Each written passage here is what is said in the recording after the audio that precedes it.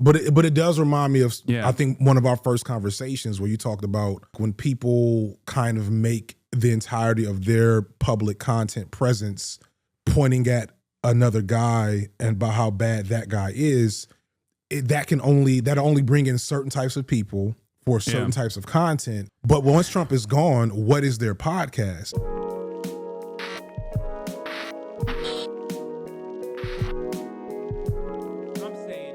So, in any case, let's talk about current affairs' latest reporting from, because this kind of goes back to like liberal outlets as well. I'm not disrespecting like Brian Tyler Cohen or David Pakman or whatever. They all occupy this space, and they, I think, do a much better job than some of these other supposedly apolitical centrist or liberal content creators. But from what I understand, they current affairs actually found out that there was a deliberate attempt by Midas Touch and David Pakman and the Brian Tyler Cohens of the world to purposely avoid talking about Israel. Like, where under the Biden administration, they recognized that this was like not a losing battle. Yeah. The Midas Touch political podcast has rapidly become the most successful in the United States. This is the Wall Street Journal writes. Downloads and views of Midas Touch on platforms including YouTube, Spotify, Apple more than double over the past month to top 115 million. This is more than twice what Joe Rogan had during the same time period. Midas Touch is run by three brothers, Ben, Brett, and Jordy Maislas. Ben, a lawyer, got a start by interning for Sean Diddy Combs at Bad Boy Records before working in the office of Hillary Clinton and Representative Steve Israel. That is a interesting set of resume stops on your resume, but okay. He later became, but I love Midas Touch like in a somewhat ironic way, because like I always say they do like George Bush era liberalism. That's like, adorable. I've been a defender of Midas Touch for quite a while, because like they're the ones who will make like video compilations of talking about how like the Republicans are pedophiles. Like they're hardcore sometimes. Lovely. So I like that. I think you need that. You need more of that. I mean? But they're leaning into the popular, and they just took over Joe Rogan. That's the only, I had never heard of them. Yeah. Until like I guess they overtook Joe Rogan in the last couple of months as #1 podcast in the world or the country or whatever. Like I'd rather have those guys also constantly battling. Like the way I see it is, you don't have to agree with me 100% of the way. You don't even have to agree with me more than 50% of the way. But as long as you understand that Trump is a fascist and that the Democrats need to fight, I'm there with you. We're off to a start. Yeah, like you don't have, as long as you're not putting the crosshairs on like people who are more to the left of you constantly and making them your enemy to try to position yourself as like the moderate, reasonable party here. Right. Then, you know, we're in this battle together, and that everyone plays a different role. And that's the way I see it. Yeah, like, that's one of the things I've adopted as I've gotten bigger, is that like I get more criticism from the left as I've gotten bigger. Initially, it hurt. You know, I get frustrated. I never pay attention to it. Yeah, but I started just one, platforming those people as much as possible, and then just being like, you know, unsubscribe and see how that works out for me. You know, we'll work on it. So like, yeah, folks, I do think that is something that more larger creators should do, though, is like point to the people further left than them. Whereas like, I do think there's an unspoken, what's the word I want to use here? There's just a posture of everybody knows that, I don't know, folding ideas is on the left, right? Using those big videos to posture, just like a wink and a nod, is something that everybody who's in AKA BreadTube should be doing a little bit more. It's just a pinch more. Yeah. Like, do we acknowledge like the most abrasive, you know, off-putting, you know, elements of the One on the Left or One on the Left creators? Maybe not. But do you point out the fact that your position is not the end point? I think that's important. And I think more people should be doing that. Yeah, I have a policy of usually not engaging with you know, the punching of the left. Yeah. Partially because, especially if there are not that many people that are more radical than myself, I would say, in terms of being a leftist. But I'm not going to spend any amount of time talking about people like that and like criticizing them and being like, we're not in agreement. Right. Because it's not useful. Because I can't remember who I was having this conversation with. They were like, you guys need to get the freaks of your side in control. Oh, I'm almost afraid to say his name this publicly. Oh, but I feel like I feel shit if I didn't. PF Young. He's like he's a centrist kind of guy thing. I don't know who PF Young is. Oh man, I feel like I don't know if I'm doing something good for the universe right now by broadcasting his name. He's interesting. He's one of the most interesting creators I've watched recently. Jung, Jung. But I did a talk with him, and he had this argument about managing the freaks on your side or something like that. And I was explaining to him that no, that's not actually a useful thing to do. Many people believe as you build if you're trying to build a political activity in a movement. I think you've brought him up before. Yeah, I mean, I've talked to him in real life. I've talked to him. He doesn't seem like some of the times when he says stuff, I'm like, all right, I'm never talking to you again. But other times I'm like, there's an interest in there. Because he's reduced all of this shit to memes. And as dumb as that sounds, as I start thinking about populism right now, it actually feels like. I mean, there's also J-Reg does that too. J-Reg, yeah. A lot of these guys do that. Yeah. A lot of these guys. Him and J-Reg, I think. Yeah, there you go, right there. Yeah. Or there's the conservative JJ McCullough, who's like a conservative in Canada, so he's like the most woke gay libtard by American standards. But like these guys actually have a political home within the framework of the Democratic Party, because like their defensive institutions and their centrism, their radical centrism, unironically fits perfectly within the Democratic Party, but it actually doesn't fit at all within the popular like actual voters for the Democratic Party don't with that. Right. Because most voters for the Democratic Party are not voting positively for the Democratic Party. They're voting because there's no other alternative, and they don't want an incompetent asshole who's like a rabid fascist to become president. They're afraid that if they don't vote for the Democratic president, that the guy that will become president will create a Gestapo to go and get. Is Gestapo the right? Yeah. Okay, yeah. That's what I'm doing now. So, but these guys don't understand that. They're like, they've actually adopted the framework of the Democratic Party completely, even though there is not any real organic popular support for the actual thing that the Democratic Party represents, the actual political like third way neoliberalism that the Democrats represent. So they just have to do memes and try to like. Did I say it wrong? Gestapo, Kenloy swim team. No, Gestapo is correct, or Gestapo is correct. But anyway, but the Midas Touch guys don't necessarily do that. They are like fighters, I would say. So they want the Democrats to like fight, and they are still firmly within the ranks of the Democratic Party, but they've been receiving a lot of favorable press. The Times reports that they're fast becoming power brokers in Democratic politics, party faithful hope, finally replicating the influential media ecosystem that Republicans have built over the past decade. They're described as the independent progressive media network that is reshaping progressive media landscape. They have 12 full-time employees, 30 regular contributors, Trump fixer Michael Cohen and former Trump associate Lev Parnas. The one thing that you start recognizing is that there's a reason why they're not all there when it comes to Israel. Yeah. Because like Lev Parnas is a TikToker, his son is a TikToker, Aaron Parnas. I shouldn't even know any of these people, but like his son is a TikToker. But again, these guys are all like I remember that story. They're super pro-Israel. They're pro-Israel and they're super pro-Ukraine. They have this like unique position, so they don't talk about one of these issues that is like incredibly important to a lot of people, right? And unpopular, and also it's just they're trying to navigate this space.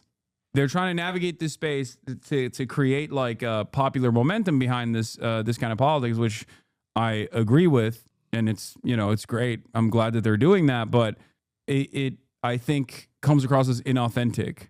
I want to sleep like Kaya sleeps. Yeah. This is the most like nothing is wrong in the world. Yeah, she sleeps with her belly up. It's crazy. Her leg is up. It's like barely. Their entire content revolves around criticizing Donald Trump and sometimes Elon Musk. As of writing, in the last 7 days, out of 108 videos Midas Touch YouTube channel put out, exactly 5 are not about Trump. 1 is about Elon Musk. 2 are about congressional Republicans, and 2 are about Bernie Sanders' Midwest speaking tour. The title scream in all caps with plentiful exclamation marks. Trump in full collapse as he quickly ruins everything. Thumbnail, falling apart Donald, 1.1 million views. They're getting a lot of views.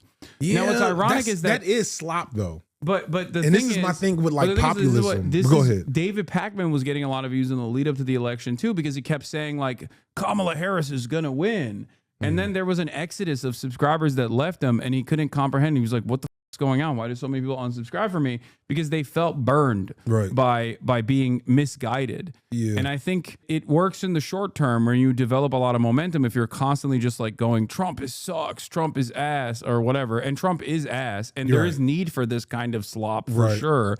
Yeah, we need the slop, but it does remind me of I think one of our first conversations where you talked about I think it was about drama, and you were like, when people kind of make the entirety of their public content presence pointing at another guy and about how bad that guy is, that only bring in certain types of people for certain types of content. And like once Trump is gone, right, they're not going to find another Trump. Once Trump is gone, first off, as if that'll happen. Right, inshallah, indeed. But once Trump is gone, what is their podcast if they're not doing anything else to build? And this is my frustration with a lot of this shit, because like I agree with you wholeheartedly that this is a necessary, especially right now where we're essentially starting from the beginning. I said that in a video, like the left, ostensibly speaking, air quotes, right? Being like left of the Democrats. We're like we're the most visible we've been probably in 50 years in terms of like the amount of cultural cachet we have after the CIA murdered and or forced everyone to leave the country. Yeah. Right, in the 70s. So like, yay. But in that 50-year period, the right really got a serious lead in terms of the culture wars, their media savvy, their manipulation of the media, like the Newt Gingrich and trucker radio, like in the 90s, like that. I had a whole video planned about that maybe I'll get back to one day, but like the story of how Newt Gingrich built the modern Republican Party is a slow, methodical process. And so to counteract that, we do need slop, but to sustain it, we do need that slow, methodical processing. We do need... Because Newt Gingrich, Rush Limbaugh, Glenn Beck, and all of the new media had ultimately a right-wing project associated with it. It wasn't just about saying Democrats are gay and also want to abort your children. Like there was a political mobilization that the audience was directed towards, and then that agenda was completely in line with the Republican Party. It worked so well within the Republican media infrastructure and within the party structure as well. Whereas these guys are trying to recreate that by simply saying like Donald Trump or whatever, right? And of course they have to only say that because if you want to work within the Democratic Party structure, that's got to be your first step. That's the only thing you have, because the Democrats don't have any policies that you can associate with that we should be fighting towards, because they themselves don't actually want those policies to be implemented, because they themselves are also funded by the exact same capital interests. And that's the major issue here, is that there is the Democratic Party's base is directly at odds, and their needs are directly at odds with the Democratic Party's actual implementation of a legislative agenda, a decipherable legislative agenda. This is what I've been talking about with like the Pod Johns and everybody else. Like the notion that the Democratic Party is still going to ultimately be a status quo party is gone. You can't keep that up. You can't just like aesthetically try to make yourself more radical presenting while simultaneously you're not actually advocating to improve the working class material conditions. And so their new strategy then now is one of the new strategies is to convince us. Yeah, this is Aaron Parnas, like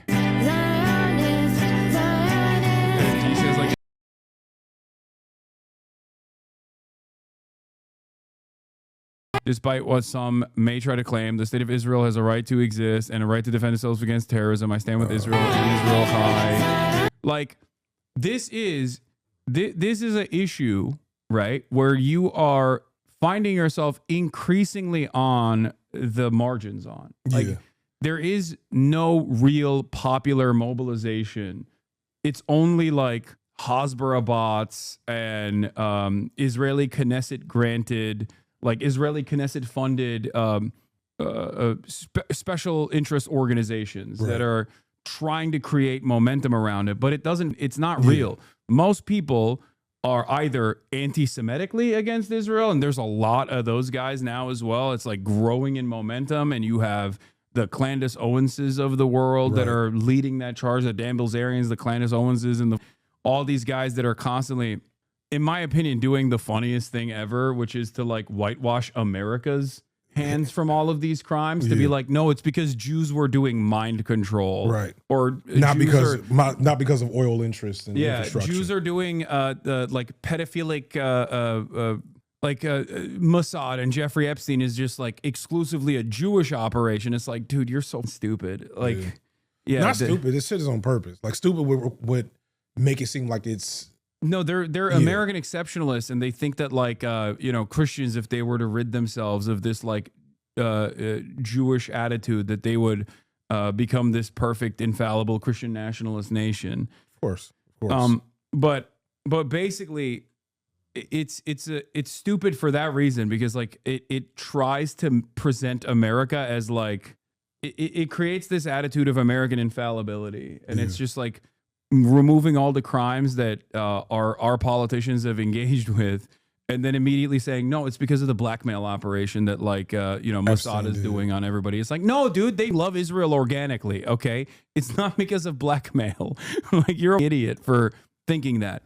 But that's one aspect of the anti-Israel coalition. The other aspect is where I'm at, where I actively combat anti-Semitism, and I'm also a firm and committed anti-Zionist. And it like, at the end of the day, from Israel's perspective, I guess, from the interests of Israel, like, it doesn't matter. There is no popularity for Israel. It's gone. It's over. It's done. Whether for anti-Semitic reasons or for anti-Zionist reasons, like real anti-Zionist reasons, is done. And this has the danger. So a Midas touch has the danger of pulling that into, because everything you just said is true for people who are paying attention to politics, or who are like the people who are normies that just don't like Trump, and actually that's like the extent of their political ideology that I'm sure make up a large chunk of the Midas touch. If they were to actually learn about what's happening, that would be a big problem. And that's kind of the thing that's frustrating, maybe even scary, because I see opportunities. I don't want to say, as I see more attention being paid to our space by the Democratic Party. You touched on it a second ago. They're basically trying to co-opt the wave that we've built organically to somehow reintroduce it, like reconstruct it to support the Democratic project in whole. When in reality, it's just like you're the only game in town. And I guess I'm gonna talk to you under the circumstances, but I'm not gonna not point out the things that I hate about you in the process. So as we're talking about the possibility of this populist figure, how do they exist in opposition to the Democratic Party and the powers that control that party without that organic grassroots movement to push them forward when they're going up against, like, so I would have thought that the Midas touch was way more organic before today, not knowing any better because I don't pay attention. I mean, it's partially organic because like they get elevated by the Democratic Party, and they recognize that there is need for like anti-Trump commentary. So they filled that void. Right. But ultimately it's just not enough, and it will be left rudderless when it has to do the thing that it always does, which is defend the Democratic Party. Right. When the Democratic Party engages in shit that is indefensible. Right. And that's the problem. That's what I'm trying to explain here. Like, it's gonna turn into the same thing that happened with David Pagman in the aftermath of the election, where people go, okay, well, you told us Kamala was definitely winning. What the fuck is this shit? Yeah. You know? Did we order the chicken? Mm-mm. Yeah, I'm starving. Okay. How long is it gonna take to get here? It's gonna. Well, I was gonna wait for this other place to open, which opens at 3 in 7 minutes. But then it'll take only half an hour from that to get here, as opposed to a place where I can order from right now. It's gonna take like 45 minutes to an hour. It's about the same either way. Yeah. All right, we'll just order right now. That's fine. No, either one is fine because it's about the same either way. So one is better than the other because I'm down. I'm trying to. Do you want grilled chicken or do you want something different? Give me the. Is this Mediterranean? Yeah. Give me a grill. You got a shawarma? Is that Mediterranean or do I do a racism? It's not healthy. I gotta be healthy.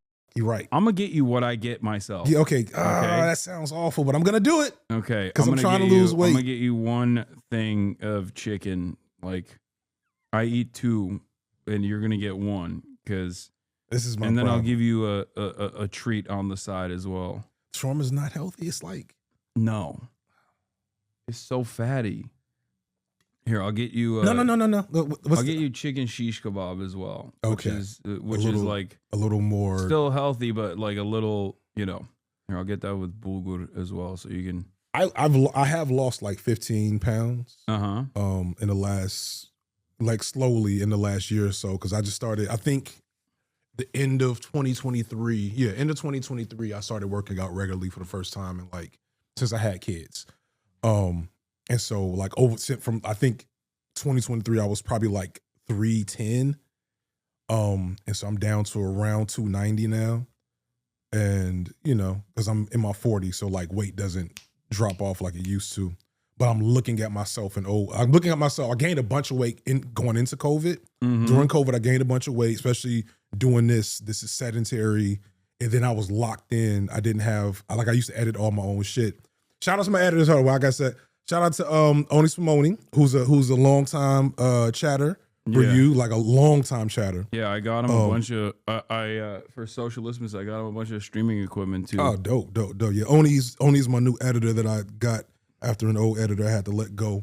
Who is doing he's actually just sent me a video I'm gonna drop on my side channel about Shannon Sharp. Shout out to Babilla who also edits. Shout out to Overthrow Media who edits. Shout out to Zassman who edits. And even shout out to Nick. Nick, says still fucks you. Got love for you, Nick. Hope you're doing okay. But what the fuck was I saying before? I wanted to make sure I shouted some people out. Oh, I gained a bunch of weight because I was editing my own shit. And I was doing, when I first started, I was doing 2-hour-long videos like a month. So now I'm at like one 90-minute-ish video every 2 months. And it's done, the work is spread between me and at least one editor, if not like 2 or 3 sometimes. Mm-hmm. But basically, the video I first had you in, where like at the end of it, I had a panic attack and I was freaking out because I was like, I finally am, I'm in a position to let my wife stop working and then I'm about to die and she's going to have to collect insurance off me. You're not. You just gotta get back on track. That's it. Well, I am on track. I'm on track in terms of like habits. Food is tough though. Like I can go 3 solid days. That's the most important aspect of it. I know. That's some bullshit. You just gotta set yourself up for 21 days of like consistency, and then it'll automatically trigger events in motion. So I've done it before. Like I was down to like I was down in the 260s going into like coming out of Christmas. I was in like 269 and I was like, oh shit, it's about to happen. I'm really about to get back to like my college weight. So my college weight's like 240. Uh-huh. And I don't remember what happened, but it stopped. Yeah. Well, it breaks. It like it's I mean, these are some cliches, but I do abide by them because like they've been very helpful for me. But the abs are made in the kitchen is actually pretty solid. It's completely true. You cannot outwork your diet. That's number one. And number two is that it takes 21 days to build a healthy habit, but like 2 days to break it. That's some bullshit. It's true though. Like you eat poorly. I see this in myself. I eat poorly for like a couple days where I just like give up. And boom, all of a sudden, it's just like much harder to get back in the groove of things. But it's easier when you've done it before though. And so like I've never been a little guy, and I love food. Like I'm a foodie. I'm from Chicago. Chicago is one of the best food cities in the country. Yeah. And so like it probably is like date night. Like I'm doing good. I haven't ate a carb in 2 weeks. Yeah. And I've reduced my sugar to this, and I can see I've got over the point of like there's always a withdrawal point for me. I don't know if that's something you do or other people that are healthy do, but like when I get back into my diet, I get like 48 hours and I'm normal, and then like there's a 3-day period where I'm like, do I need to call a hospital because I have this like really bad headache? I'm checking my blood pressure over and over again, and I'm like, oh shit, my body's just purging the toxins. And so once I get past that, I'm good. But then, it's like, baby, let's go to this steakhouse. You know what I'm saying? No, you can't do that. But that's what I want to do. You can't do that. And I like, see, and this is why I'm like, that I am normal still. And I don't want to stop being normal, but I also don't want to die. No, you gotta be a little abnormal. You gotta make that abnormality your normal. All right, let's get back to this though, and then I gotta get back to the news as well. Brian Tyler Cohen, who food. calls himself an independent progressive political host and previously worked part-time for MSNBC, has been regularly covering news and politics on YouTube since 2018. What is this But accent? a review of his channel shows that during the 2020 election cycle, he long never story. once featured Bernie Sanders in a video title or thumbnail, despite posting daily content and racking up millions of views. That wasn't an oversight. It was a deliberate editorial choice, one that reveals Cohen's real political priorities. According to Semaphore, Brian Tyler Cohen was also involved in launching Good Influence, originally known as Ad Advocacy, a digital consulting firm which it says creates meaningful impact for causes and campaigns through our powerful network of online messengers. Former Vice President Kamala Harris has been one of the firm's top clients, as a search of Federal Election Commission data shows that the Harris campaign spent more than $600,000 on digital consulting and licensing fees from Good Influence between July and November 2024. Good Influence's founder, Stuart Perlmutter, has publicly documented visits to the White House alongside prominent liberal influencers such as Cohen, Pacman. Except this I think reveals the real issue here. That's Lindy Lee. Tizzy is fine. He's like an independent content creator or whatever. He's like a lib. Yeah, I've seen him before. Lindy Lee, on the other hand, is not familiar with her. A demon. She is an anti-Bernie demon that originally popped off talking about how like the Bernie bros were harassing her or some shit, and now she is firmly within the ranks of the right. She has like completely finished her pivot to the right. She worked for Bernie and backstab Bernie, was like an insider that said like the Bernie bros are a massive problem or whatever in 2020. The Bernie bros were a problem. I'm sorry. I know this is a contention I've had. I will never agree to that. I witnessed. Look at this. I wasn't online. Look at what she's posting now. The Bernie bros are a problem, lady. Democrats are a dangerous cult of migrant lovers. Instead of deporting criminal aliens like Abrego Garcia, Dems are calling for me to be deported because I dare to criticize them and expose their corruption. I'm a proud tax-paying and law-abiding American. I'm already home. Keep defaming me. It's all going. It's all happening. Yeah, that's wild shit. But explain dude's accent. He's like, he has British background, but he's not. He grew up in America. He sounds like half French. Yeah, that's what it is. That was like a big point of contention. Everybody dunks on current affairs and Nathan online, but I mean, he's been fairly consistent throughout these he looks years. Like he looks like Tucker Carlson's like tether. Bizarro Tucker Carlson. Yeah, like Bizarro Tucker Carlson. But he talks like H Bomber guy, so it's like weird. Lindy Lee, who has since left the Democratic Party and is now fundraising for Donald Trump. One of Good Influence's other featured influencers, Kenny Walden, who goes by the name Too Raw, Too Real online, has taken his loyalty to the Democratic establishment. Oh my God, you don't know Too Raw, Too Real? Yo, that's the GOAT. Is that the dude that's the K-Hive? In a good way or a bad way? No, in a bad way. That's the K-Hive guy. Is he the one? So is he the one that did like a dance, like when they were processing Israel, and he like did a dance walking into like an event? Oh no, that he does look like that. You're talking. That's racist, by the way. Wow. Oh, so all black guys look the same, FD? No, that's some random. That's a random black dude that was leaving the DNC going, la la la, can't hear you. I always thought that was an influencer. Yeah, I don't know. I don't know who that guy was, but no, he. the fight with black liberals over Kamala is still ongoing at this point, to be honest with you. Yeah, like I probably have 3 more. Let me ask you this, okay? This is your one white question while I'm here. This is my white question. I have this speculation that I think like the backbone of the Democratic Party infrastructure is black women. That's not a speculation. That's just the truth, right? Yeah. And I think some of the most like radical, but also simultaneously some of the most like, I guess, institutionalist Democrats are also black aunties. Mm-hmm. Like they are the backbone of the Democratic Party, and also the most like the highest density consumers of like the MSNBC style liberalism.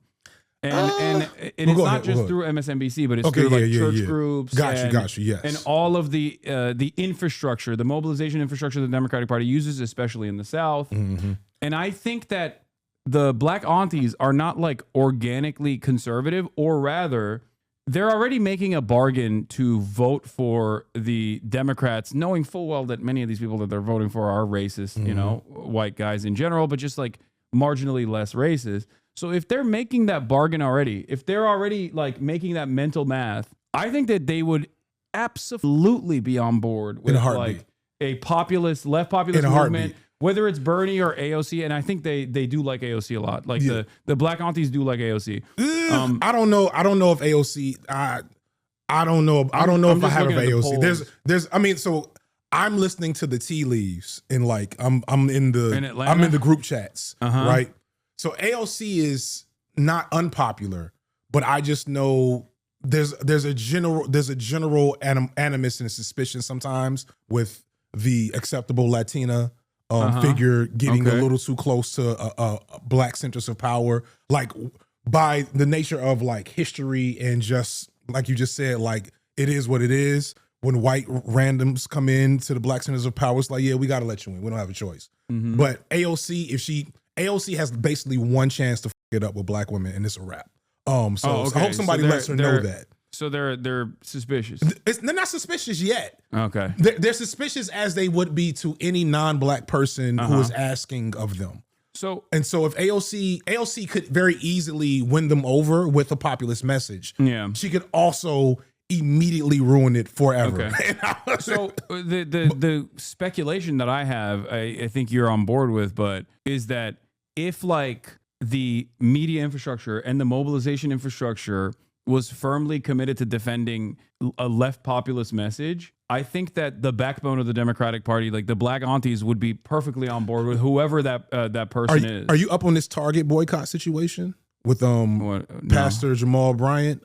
So I go to my channel real quick and you can see a picture. Did I put that on B-sides or go to my posts? I think on B-sides.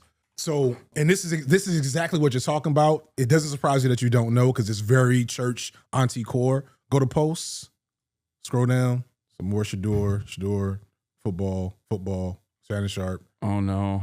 Okay, go to the main channel. Oh, did you play South of Midnight? I'm like an hour and a half in. It? Yeah. Well, the gameplay is not great, but its story is great. But I suck at like keeping on. Go to my main channel. That's the side channel. Okay, so it's not on the side channel. It's not a side channel. It's on the main channel.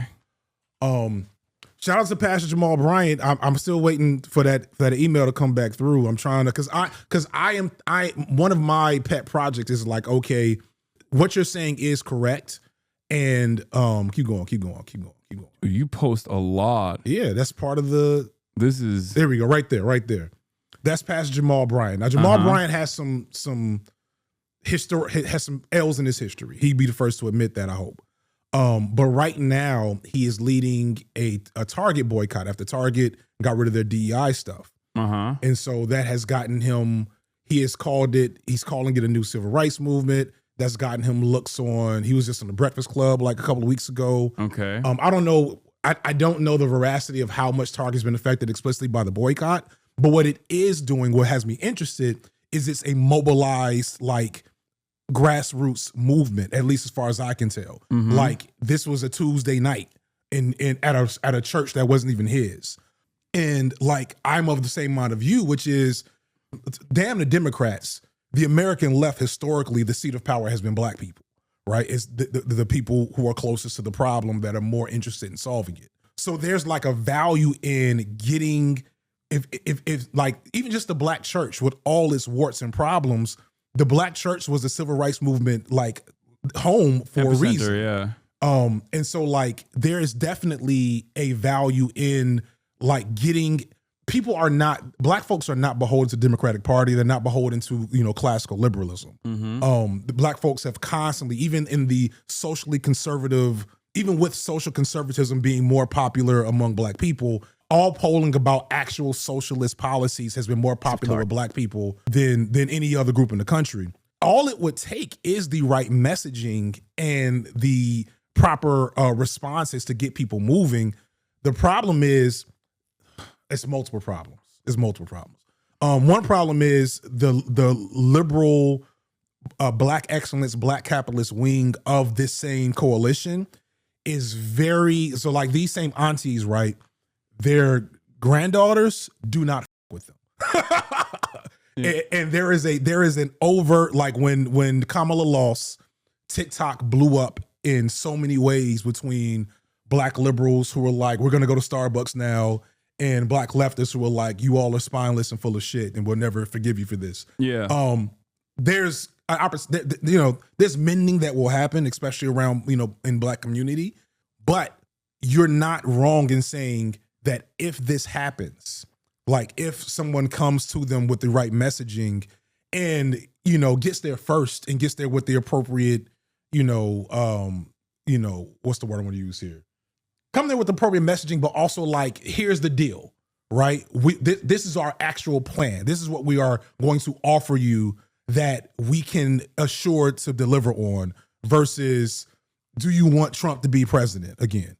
You know what I'm saying? Or do you want insert whoever runs then to be president?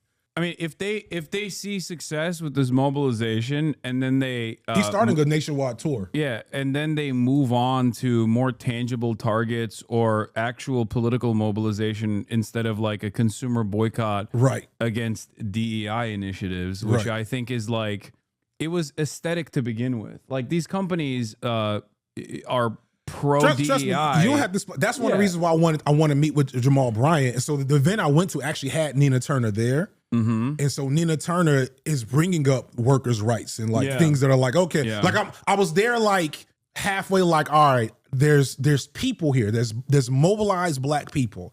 And I love, shout out to, Black Man Bill, shout out to all African People's Party, these different folks I've associated with in the last couple of years as I'm trying to like, one, update my political understanding, and two, like be somewhat more involved than I had been in years past. But there were 1,000 people there on a Tuesday night. You know what I'm saying? Yeah. And with 2 days notice. And that's nothing to like poo-poo, even if their politics are iffy at best. No, I think that they're capturing, like, it's the same reason as to why 36,000 people show up to a Bernie rally. Right. Because like there's a lot of resentment towards this administration and people are looking for leaders. Yes. Like because this is the number one question I get from people is like, what do we do? What is to be done in this moment? And the reality of the matter is like, there's not a lot of people in positions of power that are directionally speaking to all of the issues that are happening. And I think even Bernie and AOC kind of fall short on this as well. Like, it's great that they're mobilizing people. It's great that they're getting people together. Right. And they're saying the right things. But what do? But they're not actually, they're not actually moving them into they're not moving them in the direction of political, like policy agendas or mobilizing them and organizing them in a direction where they like actually stop some of the things or undermine some of the Trump agenda, right? This is why I keep saying like, it's great that AOC and Bernie are holding these rallies, but they should be also standing outside of the Jenna facility in Louisiana to demand the immediate return of Mahmoud Khalil, because that is, I think, where you can see a lot of results. And there's an analog here. There is a result that Chris Van Hollen achieved. He went down to El Salvador. I celebrated that decision. He put his direct body as a white man, as a American senator, right? And he went down to El Salvador, and he was able to get proof of life for his family. For Kilmar Brega Garcia, for his own constituents. And that felt like somewhat of a turning point in that story in terms of like where people were sticking their flag on their opinions. I have to stand up. My ass is starting. How do you do this for hours at a day? You can swap out to that chair. It's a little bit more comfortable. Oh, Let's put you in a better chair.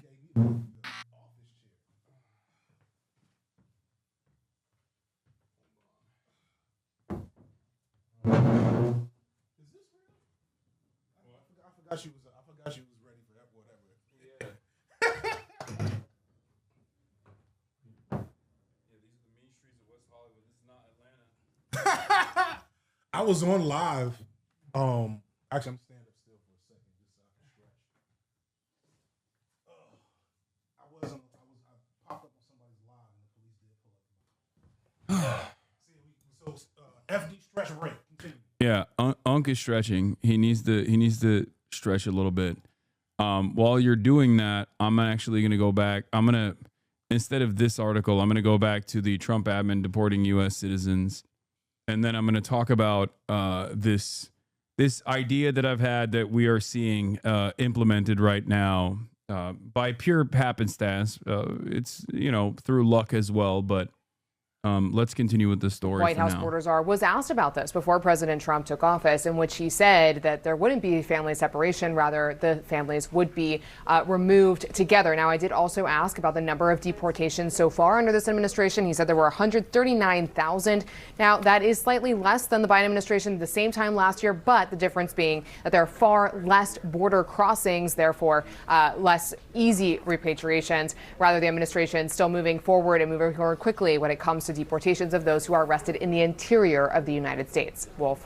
All right, Priscilla, thank you. Priscilla Alvarez reporting for us. Appreciate it. Over the weekend, ICE announced that the agency arrested nearly 800 people over 4 days with the help of state law enforcement officials in Florida. They're describing it as a, quote, massive multi-agency immigration enforcement crackdown. Joining us now, Executive Director of the Florida Immigrant Coalition, Tessa. Thank you so much for joining us. First of all, what have you learned about these arrests that happened? Almost 1,000 people arrested over 4 days. What we've learned from family members is that a lot of people who've been arrested are in limbo in our immigration system because the immigration system has a lot of flaws. I'm not touching the MAGA hat. Some folks have temporary status. I was looking at the swords. And we've seen the data given by ICE. Which one of these swords that is maybe 300 the guy out from of the One 800 Piece were actually Hassan had dressed up as? a final My order son of loves that guy. deportation. I don't remember it. So, which means that most likely No, not the two-thirds mo- of the folks who were arrested are people who are in some form of process and are certainly not criminals. So you're saying about, most of the people that were arrested, because you said about 300 had actual deportation orders and, would be deported at some point in time, some of them going through the system. What can they do at this point? Once you're deported, it's over, correct? Once people are deported, it's practically over. The system does provide legal avenues for folks if they can prove that they were wrongly deported. So there was to some at the return beginning of the into the story. United They put States. numbers up. It was like March 2024, 100,000 encounters. March 2025, 11,000. Yeah. And I was trying to make sense of what that number was trying to get at. Are they saying there's less encounters at the border right now? Yeah, part of that is I think because of the Are people just not coming because they're afraid? The deterrence measures do actually work. Part of that is because they've moved a lot of CBP to doing interior removals. Mm-hmm. But the other part of that is also, from what I understand, specifically because like people do worry about state terror. They've also stopped the applications process, so people know that like they can't even apply for asylum after crossing the border. So, you know, they're worried about being sent to a concentration camp. That is a real way to stop border crossings in general. So I think that that's part of it for sure. Gotcha. So yeah, border apprehensions are significantly lower than they were in the Biden administration because people are just not coming in. That's what it is. Do you have the random moments where somebody's comment? Yeah, of course you do. Stun locked. That was your term, wasn't that a term that was created by you? Also, I think you still have your phone audio is on. Check your phone. No. Where am I hearing? I'm hearing music from somewhere. I'm a bad. West Side out the West Side Gun. Oh, you heard West Side Gun play? That Louvre song. Shout out to the company, man. I saw that this morning. My bad. No, it's all good. Hasan hearing voices? No, I'm not hearing voices. I got. Yes. Yeah, we're not there right yet. now. That is at a time when there was due process in our immigration system. We're hoping that a lot of the people who were arrested are actually given due process before they are deported. Is there any indication that there are U.S. citizens potentially that have been grabbed up in this group of people? Because we have now seen that there were children that were deported and that there was a man who was in the country legally that was accidentally deported, according to the administration itself, and there's a battle over that in court. What do you know about the sort of legal status of some of these individuals? Right now, we don't have any information about the legal status of these individuals. We've seen how ICE have made multiple errors because they are rushing through a process that actually, if done properly, would not treat people in such an inhumane way. We hope that they're not only not undocumented, not U.S. citizens in those that were picked up, but we also hope that everyone who was actually detained is given a chance to have access to a lawyer and to prove their right to be in this country. It's like even as I'm curious to get your take on hearing from the president. I want to hear this part. When it comes to accidentally sending someone, deporting someone, or the fact that children who are U.S. citizens were deported, one of them having stage 4 cancer. His response to The Atlantic in an interview that he has just done and that has just been published was, well, sometimes mistakes are made. What is your response to that? I am from Haiti. I can tell you one thing.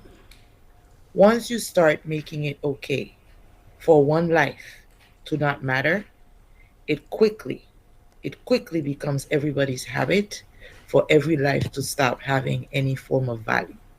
I would warn America not to fall into that trap of being inhumane or dividing people based on their country of origin to decide whether or not they are worth a fight. Yeah, so Thank you so much. that was decent. Shout out to Haiti. I saw the flags in the chat.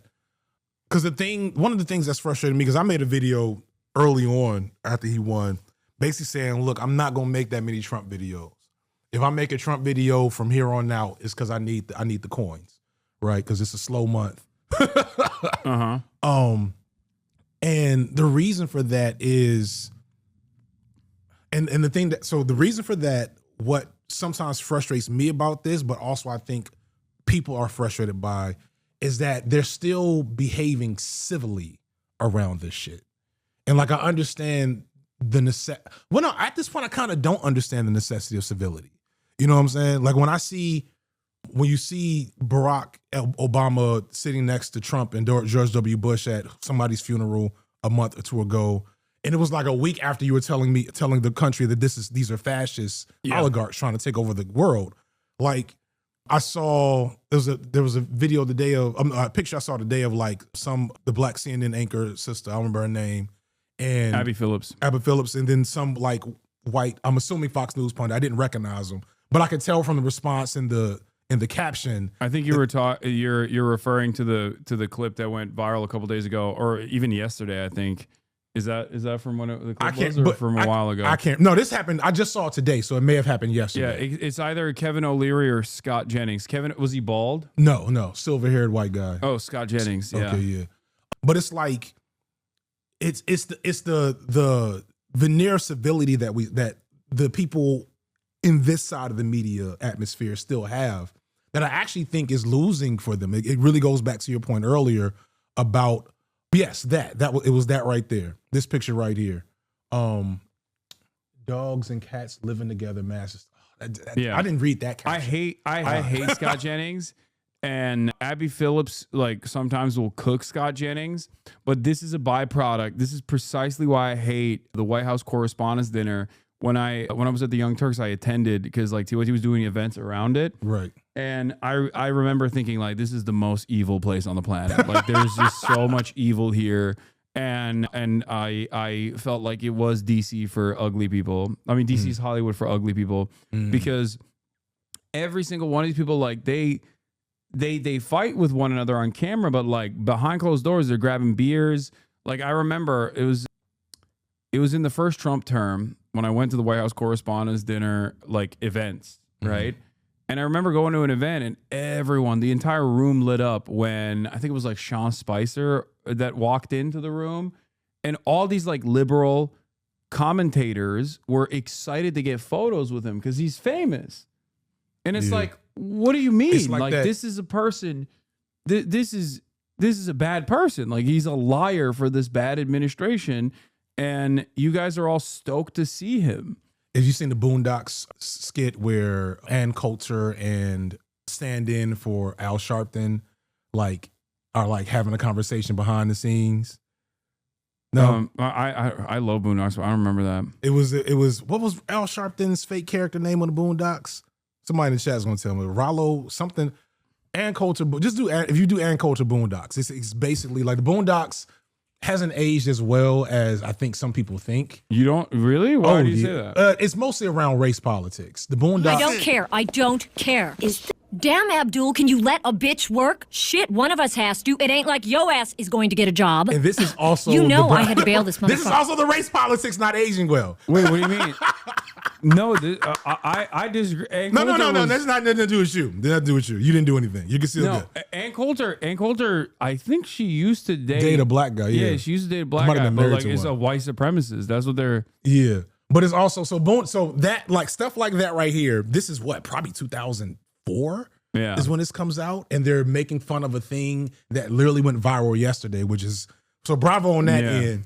But also, shout out to my boy John Lewis. John Lewis did a video about it like last month. In that the Boondocks is Aaron McGrew. So we'll circle back a little bit. We're talking about the aunties, right? We're talking about Obama. So like there's a whole era of Gen X black. So, oh man. All right, we start from the beginning. So back during slavery. No, I'm not gonna go that far back. Okay.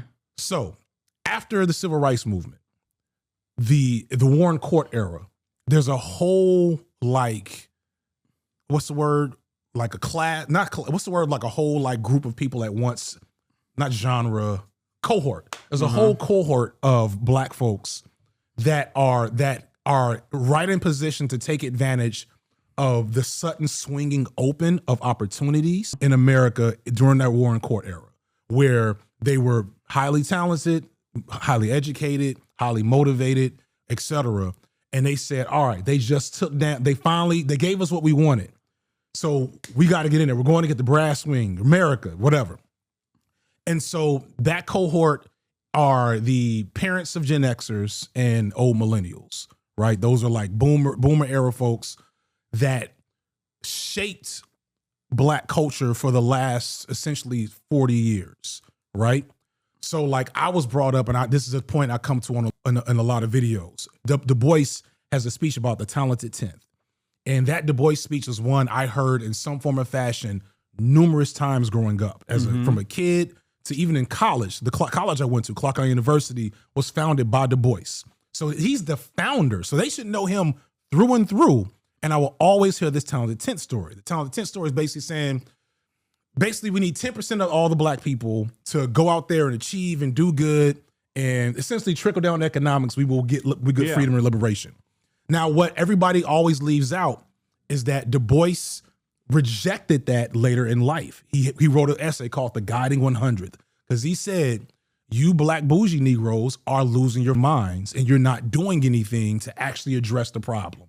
Yeah. You were race conscious, not class conscious. But the rhetoric is already stuck in. Shout out to Black Power Media, my mentor, Dr. Jared Ball. It was Nixon who said we need to replace black power with black business and black economics. Mm-hmm. Black entrepreneurship, I think, is the actual term he used. And that shit has worked. That has worked deeply on so many levels. And so that generation, that cohort of black folks who had access to liberal schools and, art and media, et cetera, they were also at the forefront of saying, well, hip hop is too violent. And, black people need to pull their pants up, respectability politics. Bill Cosby's Bill Cosby in the middle of and show you how insidious it is.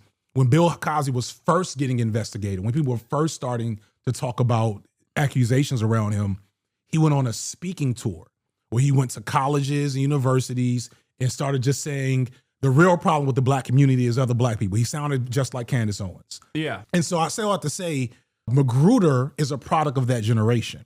Magruder is a product of that ideology. And I always hold space because, in a lot of ways, he's not that bad. But if you know the language and you go back, trust me, you get some of the peers I've been helping the platform to go back and watch. Even if it's a scene like this is playing into a lot of not so nice stereotypes around the type of black man to be with an ant culture. Yeah, I mean, Riley is like the perfect. No, Riley was good. It's not Riley. Riley is still Riley's still good because he crosses the line twice. But I always thought he was a leftist. I always assumed that he was. You're talking about Huey. No. I'm talking about Magruder. Magruder is a leftist. He is a leftist, but you know firsthand, leftists don't always have the best race politics. You know what I'm saying? Yeah, but he's black. But black people don't always have the best race politics. For me, I always thought maybe it's because again, I grew up in a country where there's no black people or very little number of black people. And for me, it was Boondocks was my way of developing an understanding of black culture and black representation in America. And it still is. So it was definitely better than everything else. We're talking about clothes. Oh yeah, way better than it was like I said, this is 2004, seeing into the future. But it does betray, this is not this is close reading stuff. This is stuff you had to kind of catch in the back end. It's people like Magruder, folks like a Killer Mike, right? So Killer Mike is, I believe, good overall, but Killer Mike also has you kind of get what I'm getting at. I know what you're talking about. The first episode of his Netflix series literally was black capitalism is going to save us. Exactly. And it was the antithesis to kill your masters. That and also the solution to the solution for black liberation doesn't come from black capitalism. It comes from socialism. Right. It's the exact opposite take of Killer Mike. Right. Exactly. And that's kind of the thing there. It's going back to this auntie question, the divide, the difference, the space between, I think, white liberals and white leftists is much, much further apart than black liberals and black leftists, because all of us are coming out of the same overall environments, but there's so many elements of class politics that are under-examined that we can call y'all on y'all shit, but you can't. If I came up here and did a black capitalism, remember when Noah Sampson went after, what's the girl's name? She was from British shill grifter. I don't know the exact details, but she was trying to be British Candace Owens, right? Candace Owens, yeah. So when he went after her, I pulled Noah aside. You're not wrong, but no, don't do that, right? And he's known that from jump, since then. Yeah. And so what that does, though, is it puts certain folks like a Magruder in a difficult, unique, and eventually sometimes dysfunctional position where they're speaking on Black topics at a scale much bigger than any other Black person with a voice can. And they have the opportunity to shape the way people see the world that will only see it through their vision. And if they're got some respectability politics they haven't worked out on their own, shit like this pops up.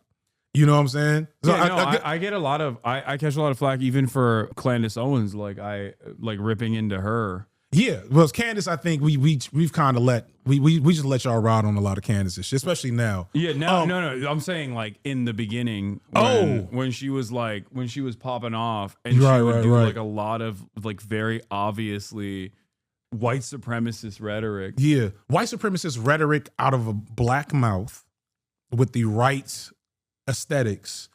You can get what? Are you familiar with Charleston White? Yeah, of course. Him and Charleston White and Candace Owens have the same politics. Charleston White might be a product of one of these right-wing think tanks. I know he has a explicit right-wing background. I don't know. He does collaborate quite a bit with Aiden Ross. Right. No, that wouldn't surprise me. He was like literally they got him out of jail. Like literally a Republican senator in Texas got him out of jail and he's been bought by them ever since. People don't know that about Charleston, but that's just the truth. You go look his background up. They started him out doing like anti-gang stuff. And eventually promoted him to public anti-Black talking head. But Charleston White has a huge Black fan base. Yeah. You know, his he don't have any, like Candace Owens only is around white people, which is why I'm more worried about Charleston White. You know what I'm saying? I'm more worried about Killer Mike. I'm more worried about Aaron Magruder, which is why, and it's because it's harder for you to kind of see. Killer Mike and Charleston White are on entirely different like levels, though. Killer Mike is like coming from somewhat of a radical background, presenting like a liberal capitalist attitude for Black emancipation, which is still wrong, but then Charleston White is like reactionary nonsense. The core. Yeah. I'm thankful. I shouldn't even bring him up because he's finally kind of like lost his steam. I don't know. Maybe it's another post-Trump refractory period. Yeah. Is that a fair thing to call it? Back to the news. My bad. But yeah, there's a lot. You're right about that. Go watch. There's also like aesthetic, like very niche movements as well. You have, I didn't even realize like ADOS is now duking it out with a new version. FBA. They've been doing that. That happened almost at the very beginning of that shit. Oh, I didn't realize. Yeah. But yeah, that's why my North Star is Dr. Umar, who is an infallible figure who has never had wrong opinions. Did you not hear about the drama with his two daughters that he sees? No. God. No. Oh, I got to do a calculation. Okay, you're doing of how much Black business. Right. I'm like, how much Black business am I gonna get into on Hasan's channel? Crazy. You're gonna have to go find a Black channel to get that tea from, chat. But what I do want you to do is there's also speaking of Black tea channels. I want to give shout out to John Lewis, his video on the Boondocks, but also Storyteller, who's British and a huge Boondocks fan. Yeah. Did kind of response to it that I think is a good connection in terms of critique of things that John Lewis may have missed. Storyteller hates me. I still remember there was I don't think Storyteller hates you. But I haven't talked there to was him a point. There was a point a very long time ago where he was like calling me a grifter or something. I forget what it was, but I think that was. I still remember it because I was like, I love Boondocks, and he also he started as a Boondocks creator. Yeah, I forget what it was. It might have been during like React Gate or something. Anyway, I forget. But also, everybody hates you though. Yeah, that's true. So that I should just assume. Yeah, who doesn't hate you at this point? It was Over Your House. Oh yeah, he was what was it? I think he was like, this guy's a grifter because he has a house. It was like one of those things. I'm gonna message him on the back end, see if he's softened. Yeah. But if he hasn't, that's fine too. I only know a handful of people whose opinions I respect that hate you as much as everybody else does. Yeah. And so like I think that's a good sign. A good sign. Mention Christian Walker. What do you mean? Was it over Christian Walker? It could have been. I think. What happened to him? Where is he at? He's woke now. Not really, but like his resentment towards the Republican Party came to like this boiling point because of how much he hates his dad. Yeah. For good reasons. Obviously. And then that turned into like almost hating his dad for the right reasons and even hating on his dad for political reasons, you know? What do we do with the because like I've seen, especially with black folks, there's a creator, I don't remember his name, but he popped up for me a couple of times, and he's a anti-SJW black guy, which is already it's hard for me to look at you straight like as a normal person if you were a black anti-SJW person, but he was, and now he's a centrist liberal. Who is this person? I don't remember his name, but he's British, you said? No, he's black. He's black. Somebody in the you chat. Need to be British and black. Well, he said, no, he's American. Nah, he's black. Sorry, storyteller. Sorry, the storyteller. Sean the Black says Rashad Crenshaw. Rashad Crenshaw, yeah. I don't watch him a lot because he's not my type of content. Oh shit, is that the house? Is that the back of the house? Because that's not the front of the house. I can tell you. It literally wasn't about you. I think it was literally during the Housegate saga. I don't know why he said that. That's the one flaw is especially it's not react gate. It's just reacting. But go to Rashad Crenshaw. See if this is the guy I'm thinking of. Is this the guy? Yeah. That's him. I have no idea who this person is. He just popped up. He popped up for me like I don't know this time last year. This is what I usually do. When I find a new channel, I go, let's see what he said. Hassan Piker. Let's see what he said. Endorses another terror. Hassan Piker endorses another terror group. Twitch, the new home of terrorism. Hassan Piker trying to derail Kamala Harris. Hassan Piker defends Houthi terror attacks. Streamer calls for Destiny to be killed for calling Hassan Piker the N-word. Ethan Klein calls out Hassan's community for being insane. I had no idea who this person was until this very moment. You brought him up. I looked him up and I Googled my name and you really are an industrial complex. Instantly. Because these are, I mean, look at his other videos versus this one. You know what I mean? The one I saw was like his, like, you know, because another, yeah, look, like his videos get 100 views or 5,000 views, but when he puts my name in the title and shits on me, he has like 20K. How I Escaped the Alt-Right Pipeline video. Mm-hmm. That's the one I saw. And it wasn't it's like he didn't escape it. You know what I mean? I mean, there was a lot of slurs in the video. Yeah, some of these guys will be like, "Oh, I escaped the alt-right pipeline, and now I'm in the alt-centrist pipeline." I guess, like, it's so funny though, because there's no home for this kind of politics. Like, there's no organic. And that's kind of what I was getting at. What do we do with Christian walkers? What do we do with the Christian walkers? And are there any other people? Is this even a thing, or am I making this up? Are there any anti-SJWs that have started a halfway left-wing pivot? You know? No, nobody does that. Nobody grifts to the left. There's no money. I mean, I guess like we're broke. Why would you grift to the left? The left is like annoying first and foremost. Like they're hypercritical of everyone, including like look at the Storyteller saga. You know what I mean? Right. And Red Scare. And basically there's no, if your ambitions are to you know, speak truth to power or whatever, like you're not, or sorry, if your ambitions are to grift, if your ambitions are to make money and to generate income, steady income and revenue, you're not going to go after a leftist audience, because there is no robust leftist audience that's like, I'm a card-carrying socialist in the Western world with a little bit of like disposable income so I can, you know, spend money and consume shit. Like it's not a real thing. Yeah. That's why they always point to me when they're like, who's the leftist grifter? Hassan. And it's got to be Hassan. Well, you know, so like. Yeah, iDubbbz is a great example of how it doesn't work. Exactly. Look at iDubbbz. When he was saying the N-word, he was popping off. And then when he apologized for saying the N-word, everyone was like, you're a pussy. We hate you. I find iDubbbz actually is exactly who I'm talking about. That's probably who I was thinking about and didn't realize it.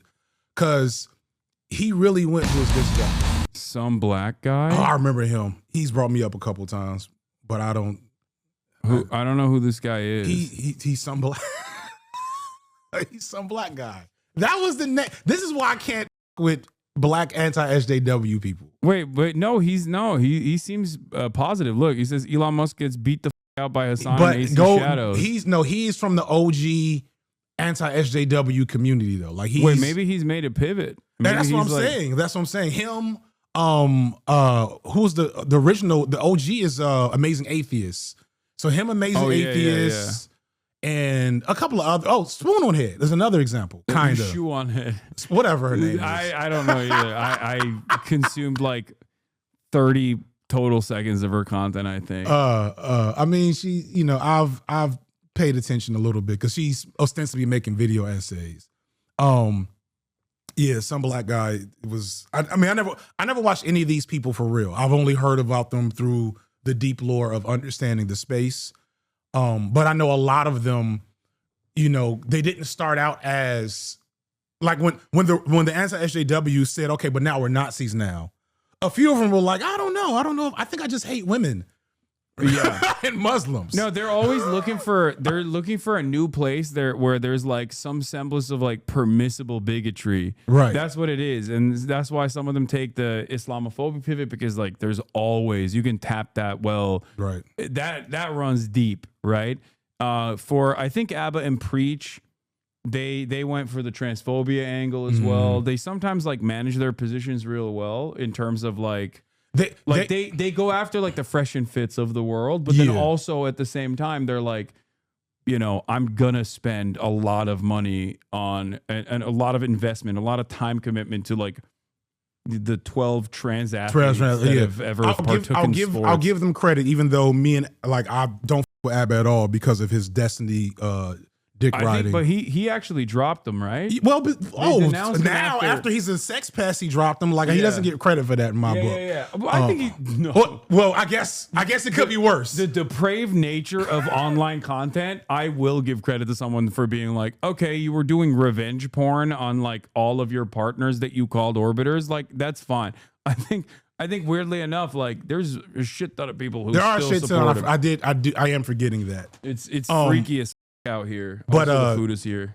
Dope. What was I talking about? Oh, but ABBA and Preach, they did do, because after I called them out in one of my Manosphere videos, I noticed that a lot of those anti-trans videos were gone. And then it feels like they've slowed that down a bit since then, but I haven't paid as much attention to their content. I think they're just kind of doing general pop culture. Look at this weird person. Usually it's a woman. All right, this is the real.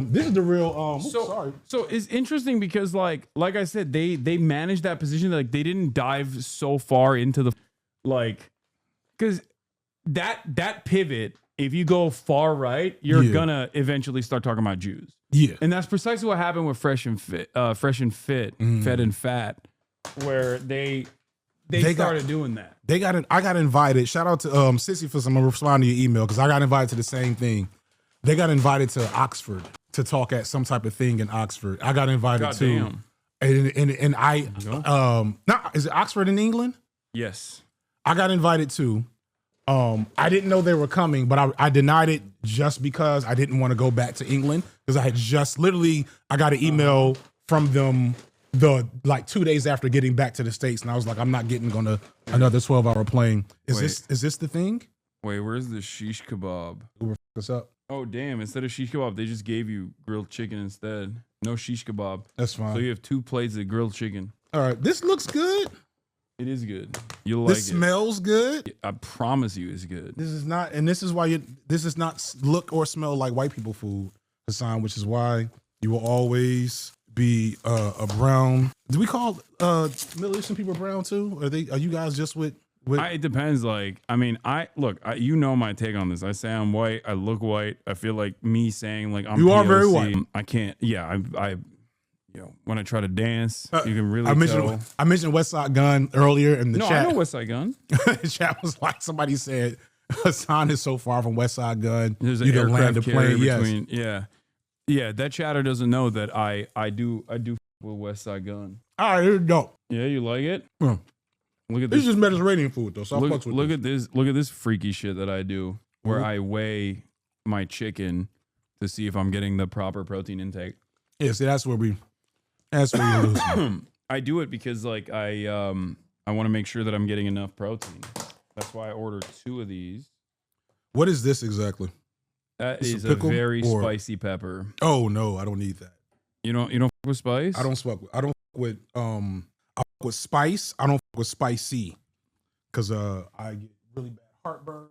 Oh yeah, and I just have the mouth of a child. Give it to me. I'll eat it. Okay, I'm gonna roll that back over to you then. Yeah, just dump it in there. I can't eat without watching TV. I'm an American, so what we got? You can't eat while you're watching without TV. watching TV. Oh yeah, that's how I roll. This is my favorite thing. I'm American. I'm a child of the 80s. So. Yeah, I'll cover the Canadian elections as well. Please, Canadians, stop chirping. Yeah, let's go to Canada. That's my future home. Let's see what they're up to. Yeah, their situation's not great either. They got a banker that's probably going to win the election in the best possible scenario. That's the best possible scenario. Yeah, that's the best possible scenario for Canada is a banker. Great. Worst possible scenario is a Trump dick rider that wins with all the animosity against Trump, which would mean that like all these dudes actually do love the Trump wants to make America Canada America initiative. All right, but the results of our new we got Trump's lowest approval rating in any president in the past 80 years here. Okay. And this is something that I've been talking about that I've been trying to explain, but a big part of this, especially even on the immigration side, where Trump is finally reaching disapproval for the first time ever, like a net disapproval on immigration, which is supposed to be his strongest, his strongest aspect of his campaign. The reason why is because finally the Democrats have made a big fuss about it, and the media started covering it. And eventually, once the media started covering it, people were like, "Oh my God, I had no idea. This shit is depraved. This shit is fucked up." And that's precisely what I said would happen. And that's precisely what I was. Those aren't spicy. Yeah, it's just a tomato. Oh, you don't fuck with tomatoes. Okay. Heartburn. Tomatoes give you heartburn? Yeah, red sauce gives you heartburn. God damn. Not yet, but give it some time.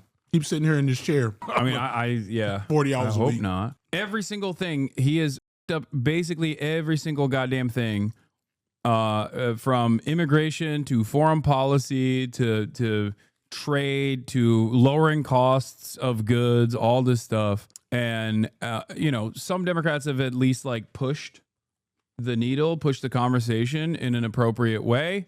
And therefore, media is covering it. And therefore, lo and behold, his approval ratings are going down on that front, too. And I'm glad that they've done that. New poll on President Trump. As we approach the 100-day mark, he has the lowest approval rating of any president in the past 80 years. Chief White House correspondent Mary Bruce has the story. Good morning, Mary. Good morning, George. Well, our new polling shows that the president is facing real challenges as he hits the 100-day mark with historically low standing for a president at this early point, even on the issues that helped propel him back here to the White House. This morning, as President Trump approaches his 100th day back in office, new warning signs about how Americans are viewing his work so far. Just 39% approving of how he's handling the job, according to our new ABC News Washington Post Ipsos poll. That's the lowest 100-day approval rating of any president in the past 80 years. Fake polls. On the economy, Trump promised to lower costs and boost growth, a message that was key to his victory. I will instruct my cabinet that I expect results within the first 100 days or much sooner than that. Now, 53% say the economy has gotten worse since Trump took office, with 72% saying it's very or somewhat likely his economic policies will cause a recession. Fears fueled by the president's trade war. The backlash now felt across the country at explosive town halls. Overnight in West Nyack, New York, Republican Congressman Mike Lawler getting an earful. This was awesome. And when you look at, for instance, Europe has price controls on U.S. prescription drugs. Blah, blah, blah. The president is eager to prove his trade policies are paying off, telling Time magazine he's already made 200 deals, despite there only being 195 countries in the world. Though he wouldn't say what they were or which countries are involved.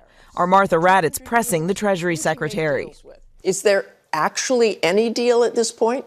I believe that he is referring to sub-deals within the negotiations we're doing. And, Martha, if there are 180... But those aren't actual deals. Martha, if there are 180 countries, there are 18 important trading partners. Let's put China to the side because that's a special negotiation.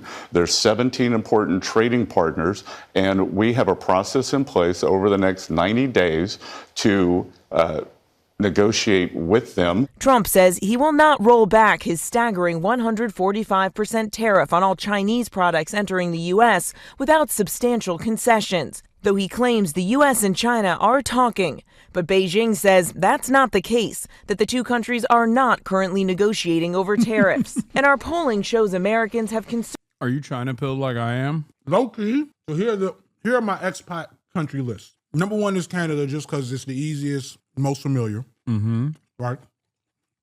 Number two is Ghana, because black people, and they want us to come. But Yeah. I also know people that are there, have been there.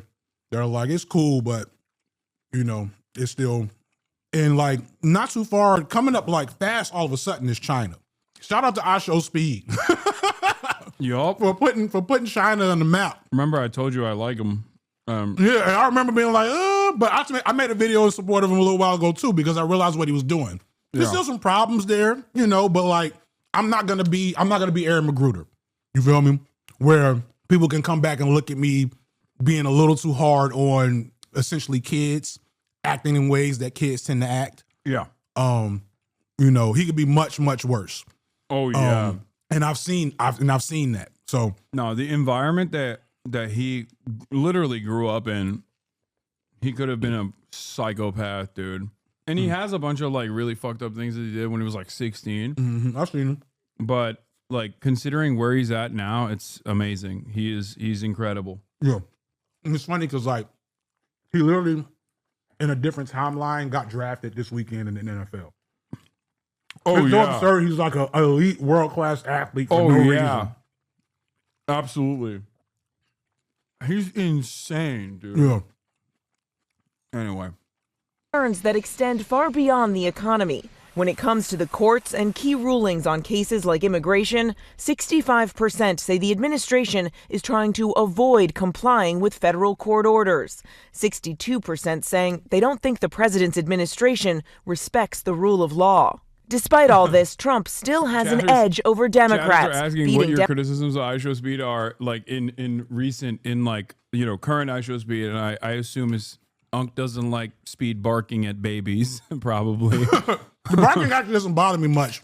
Speed still does this gag where people do racist things for him and he acts surprised. And that just annoys me. That's yeah. And like the first couple times I it feel was like funny. he's gotten better at that too, though. No, he did it like 10 times in China. No, but I'm saying that like back in the day he would lean into it. In comparison to what he does now, where he's like, at least like. Now you could interpret it. Now you could interpret it as him confronting it in some fashion or making it.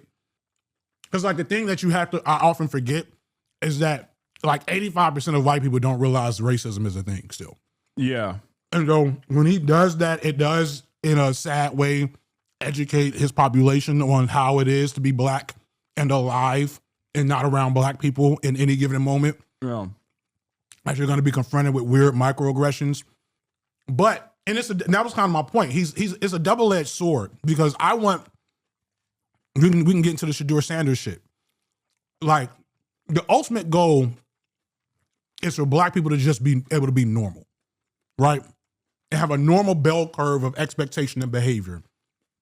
I don't want it to be where it's necessary for every black person to be on a rigid aesthetic moral code as to not hurt efforts for liberation, make us look bad, you know, shit like that. Like, I don't really want that. So I want it to be, because iShow Seed is basically, in my video, I compared him to Tom Green, right? He's basically black Tom Green, right? Or young and blacker Eric Andre, right? And Tom Green's able to get away with it because he's white and Canadian. Eric Andre is able to get away with it because he's biracial and speaks, you know, and presents a certain aesthetic that is less threatening. But iShow Speed looks like he could play for. He probably has a Ohio State University scholarship still waiting on him if they're watching his stream. Yeah. So that makes it so anything he does is going to be amplified by the politics of race to be more negative. And so I know that as a 43-year-old who's read all the books and worked in schools and did all this shit, I know that there's a harm to some of the behavior he does, regardless of his intent. But I refuse to be in the camp of black elders who can only engage with young black people around how they're harming the cause. You see what I'm saying? Who that's their only thing they say to young people. So like if I knew Speed in real life, somebody's they got me in the chat. So if I knew Speed in real life, I might pull him aside and be like, hey, here's a better way to do that gag that's a little less, regressive. But I don't know Speed. And so I'm not going to be one of the ones being like, we need to get, because it's the same, it's Bill Cosby shit all over again. We need to get the ice show Speeds of the world and making us look bad. Pull up your pants and cut your hair, young man. Like, I'm not going to be Steve Harvey. You know what I'm saying? And so yeah. So I fucks with Speed, especially for exposing me that China's kind of dope. We're going, I'm taking the family to Japan next year, but we're going to figure out China too. Because I know China's got its problems. I know China's just as racist as any other country, if not more. But it seems like the money goes far there. Oh yeah. And so I could come out with one video a year, and there's a racialized concept. I hope you don't cringe at hearing this, called being a white monkey in China. Oh Lord. Have you ever heard of this before? No, but I know they love the monkey terminology. No, but this is specifically for white Westerners that go to China, and they are hired to elevate the status of a company, and they have no real job. They just basically are there to say, like, look, this is a white Westerner that likes our product, or this is a white Westerner that's in our corporate board of executives. It's DEI. Yeah, no, yeah, it's like actual DEI. Actually, like the way that DEI actually works on some bullshit. And basically, that's my dream. I want to be that for the Chinese government. I want to be the propaganda minister. You will be a shield for China. Oh yeah. I you know what? I can't be mad at you too much. Seeing Chinese folks roast Americans on TikTok has been a joyful moment recently. The guy was like, the funniest one. He was like, okay, America, here are all, I probably shouldn't do the accent. Don't do it. He said, okay, Americans, here are all the things that I own in my home that are made in America. And he went like this. Yeah. Oh yeah, Not I a saw single that. thing. You know. All right, so how many calories did I just eat according to your macros?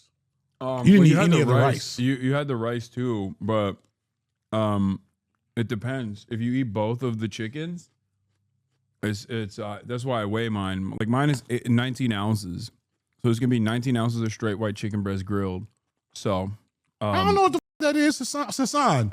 I mean, I will look it up on my okay. app. I have an app for it. Got you. Counting calories afterwards. Because I'm gonna save that for you, because I'm going out to eat later, and I don't want to OD on. Still very good. You see, so chat, like, no, in all seriousness, this was delicious, as you can see. Shout out to free advertisement for whoever the this was. Yeah, I don't leak it. I don't reveal my. Yeah, right. I don't review my places. I gatekeep. No, I'm not mad at you. Yeah, it is delicious though. Democrats in Congress entrust to handle the nation's main problems. And this morning, the president is reflecting on the difference between his first and second term, telling The Atlantic, quote, the first time I had two things to do, run the country and survive. Now he says, quote, the second time I run the country and the world. George. Okay, man. Holy shit. That's kind of funny. It's kind of funny because it's like he's basically admitting that now, without any sort of limitations, I'm so much worse than the last time. Great, thanks. And the president will be sitting down with our Terry Moran for an exclusive interview as he marks his first 100 days in office. You can see it tomorrow night, 8, 7 Central, right here on ABC. Nearly 100 days into President Trump's term, the latest CBS News poll shows he is steadily Let me pick losing. your brain on like the worst case scenarios of this shit, right? Mm-hmm. So I won't put it past Trump to turn it around in terms of popularity, right? What do you mean? Well, you think he'll get popular again? Yeah, it doesn't. Remember, we're talking about the American people. We're talking about he was the president 4 years ago and it was fucking horrible and they still voted him back in. So it's quite possible that he can turn it around in the moment in the next 100 days after this. If he stops the war in Ukraine, if the economy does take a turn, because like there's so much of the economy, like he can. It's going to take a turn, all right, just not in the direction that's positive for Trump. But at some point in the future, right, China, he can just end the tariffs in China and set everything back to normal and things improve. and China could be like, we didn't do anything, that he just stopped the tariffs, but he could still tell people, I made that happen. I made a deal. Yeah. And no one will call him on the fact that he fixed the problem that he caused and just set things back to I neutral. mean, that's classic Trump. He does that all the time. Right. For sure. So you can't put it past him that he gets his popularity back. No, I think he. My suspicion is, first of all, we haven't seen the worst impacts of his exploding trade shit yet. Like, we haven't hit the trade dead zone yet. That's coming next month when the lag in supply finally becomes the reality in the form of empty shelves. Mm-hmm. Because it takes around 55 days minimum for goods from China to come into the United States. And we haven't reached like the actual shortage yet. Right. But trade has slowed down tremendously. That's going to have an impact on a major impact on the logistics in this country. Major sectors like trucking. The Atlanta's the home of the truckers. Yeah, stevedores and all the people that are like longshoremen that work the ports, they're cooked. There is going to be downscaling everywhere in the supply chains. Then the grocery stores. Then all of these layoffs, which some of which are happening already, like Subaru, I think. No, go ahead. Factories are going to start pulling out because they're like, well, parts are too costly for us to manufacture in the United States of America anyway, so we're just not going to do that anymore.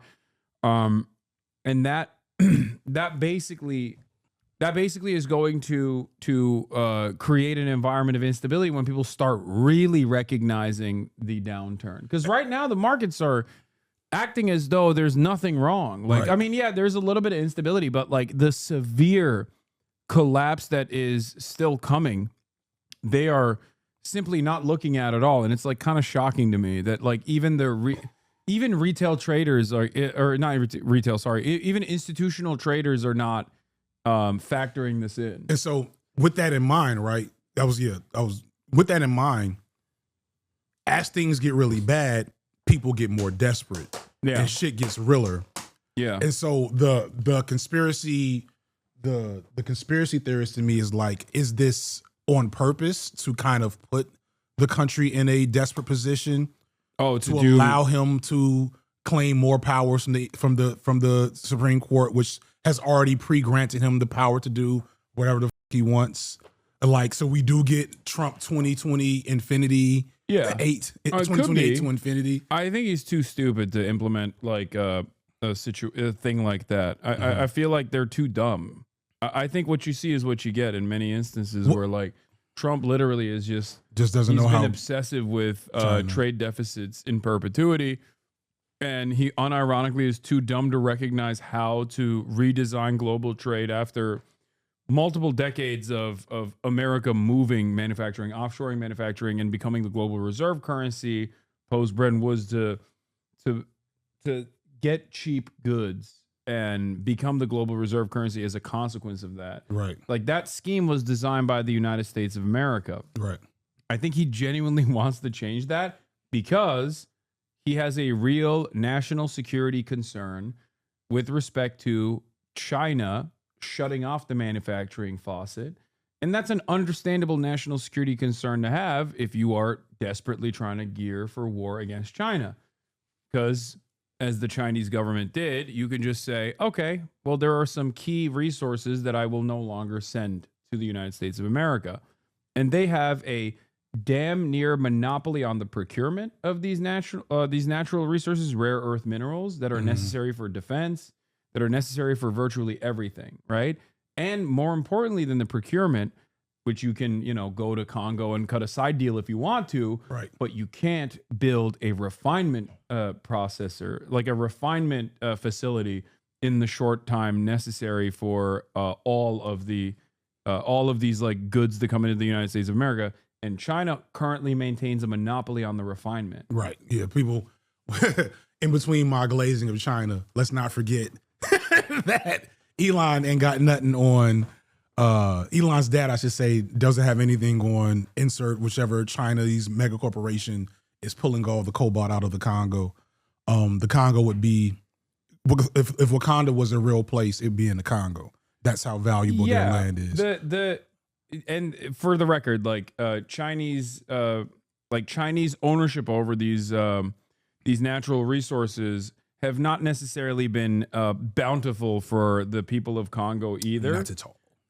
It's just that they are a far better ally to many African nations than the West has been historically, because they didn't do chattel slavery.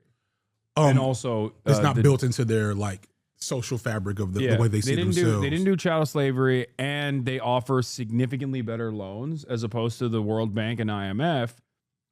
So these guys are like, yeah, and they don't even like try to do destabilization as long as we play ball. The destabilization happens anyway though, because of the nature of like enduring cultural aspects that they're enduring cultural conflicts that they create that they're indifferent to. But we're getting off topic because I got to get out of here so I can take a nap before I go meet with some folks. So like the irony is, so what you're saying kind of confirms to me in my head is he's low key accidentally destroying Western hegemony. Like American hegemony may not survive his presidency.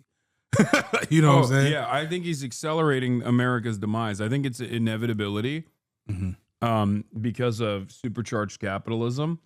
But I think Donald Trump is accelerating the inevitability, accelerating the demise of the United States.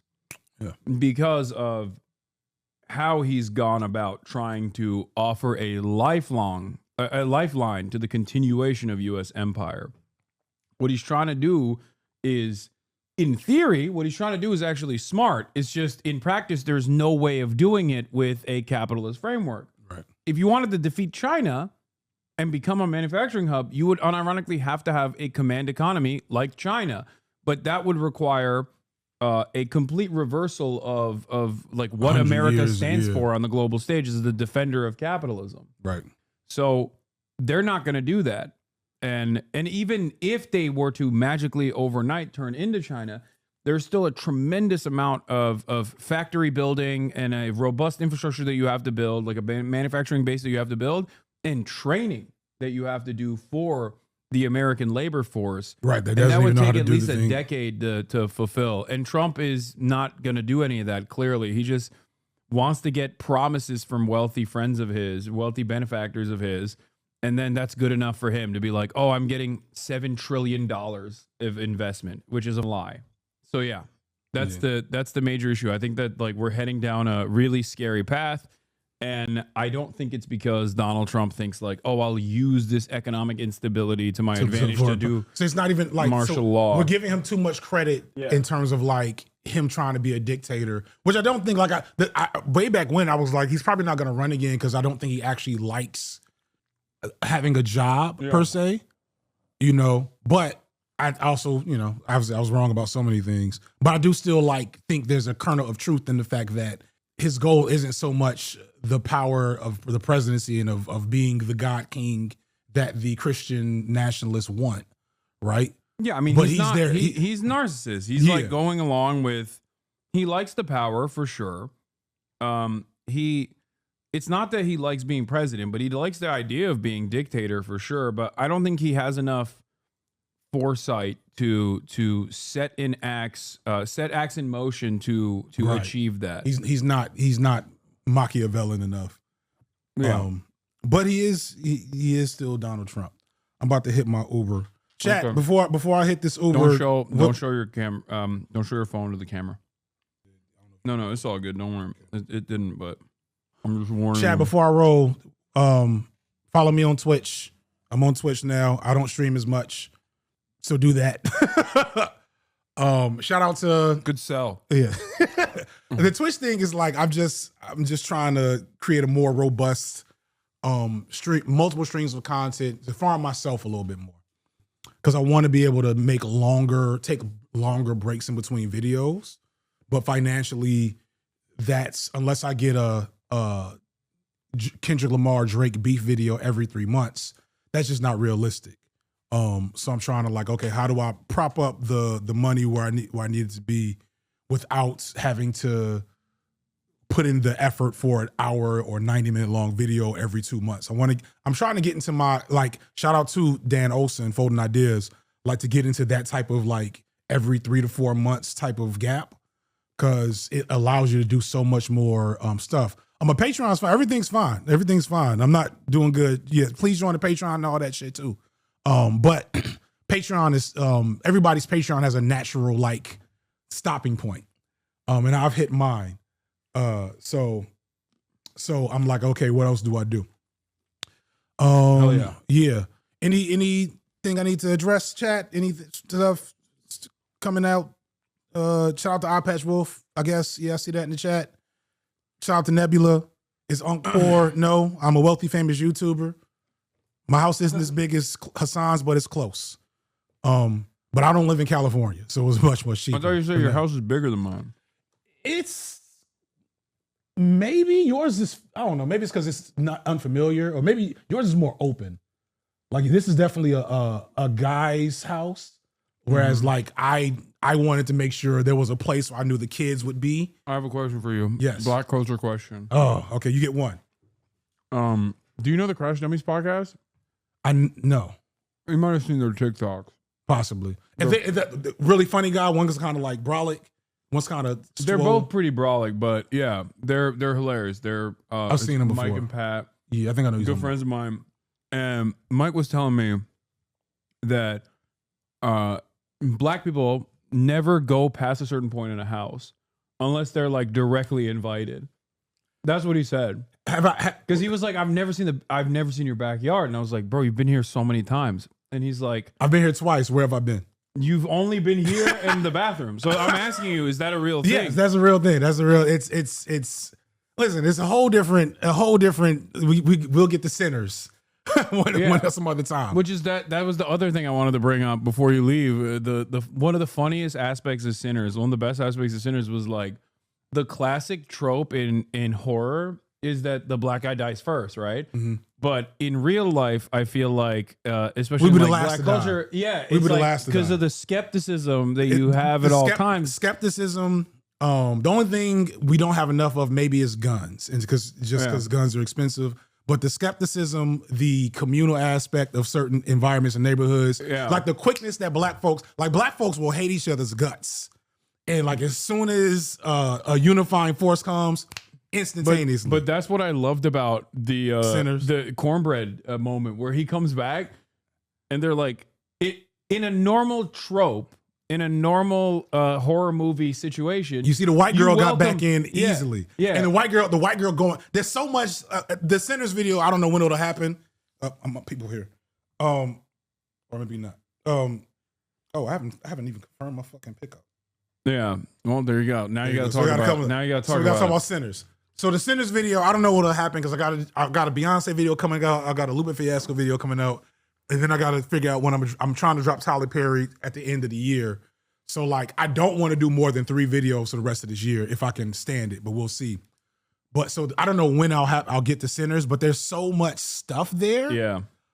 It's not like Black Panther where there was a whole Pan-Africanist message, a flawed Pan-Africanist message that everybody missed. So I don't think it'll be that. But just like the white girl being the way that they fell, right? Is, you know, I gotta look more into Coogler and like where that came from. Yeah. That is historically a thing, right? Where we see like the white women as a endpoint for black men when they because white women have always represented to some black men like I've made it. Yeah. You know what I'm saying? When you to quote fallen great thinker in black art, and when we get on and you ask for a white girl, right? Uh-huh. So, but the flip side is white people as allies have always used their privilege as access to other institutions to get power. So in that scene, she's like, let me go out there, talk to the white folks, see if they got any money, because I know we need money, right? Yeah. But it ends up being reverse engineered. Coogler is the main character. Like the main character, what was his name with the guitar? I forget his name. But yeah, the priest's son. The priest's son, that's Ryan Coogler. Okay. That's his author insert character. And the blues is his Sammy. It's Sammy, thank you. The blues is his art, is his storytelling. I don't know if you know Coogler's story. Coogler was at, I think, a small college on a football scholarship and was going into business, and then randomly entered a writing class, and a teacher was like, this is some of the most amazing writing I've ever seen. You should really like do something with this. And the next thing you know, he's in film school. But Coogler is probably a little too real for Hollywood. He's doing the opposite of Shedeur Sanders right now, which is like, I know these white people don't really want me here, so I'm going to play this game very masterfully. The end of Sinners is a message to Disney, because how many white people have how many white people have Wakandans killed in 2 Black Panther movies? I don't know. None. Not a single one. They saw all this colonizer talk. Yeah. But they're running around with the dude from the CIA. That's what I thought was like lame about Black Panther. Yeah, and so am I just not gonna get He also it almost feels like he's breaching containment, like he's trying to hold himself back. But even in Wakanda, where he makes a villain figure that is otherwise somewhat cooler than the main character. Yeah. Like he has to force Killmonger to behave in completely absurd ways in order to make him a villain. Yeah. He did that with Killmonger, and I would say like even with Namor. Namor. Well, I was gonna say even with the Smoke out of Smoke and Stack, like him coming back and like surviving almost leaves you with the question like, was it better overall? To just do the vampire shit? Yeah, to become a vampire. I had the same debate with some black folks last night or the Like, other is night. it better to be, because that's like a really interesting question. But the vampires also represent like the perversion of black art, right? Mm-hmm. But making the vampire the main guy, an Irish and also formerly colonized person, it complicates it. And I don't know where I'm gonna land on that because yet. he was like, because I feel like he used that as an alternative. He used that as an opportunity to like gain access. Yeah. To like make a convincing message. It'll be interesting. I'm waiting to hear other people's takes too, so I can help refine my own. Because I'm not sure where to land with that. Because I thought I understood it until that very end scene. But my people out here. All right. Peace and blessings, chat. Till next time.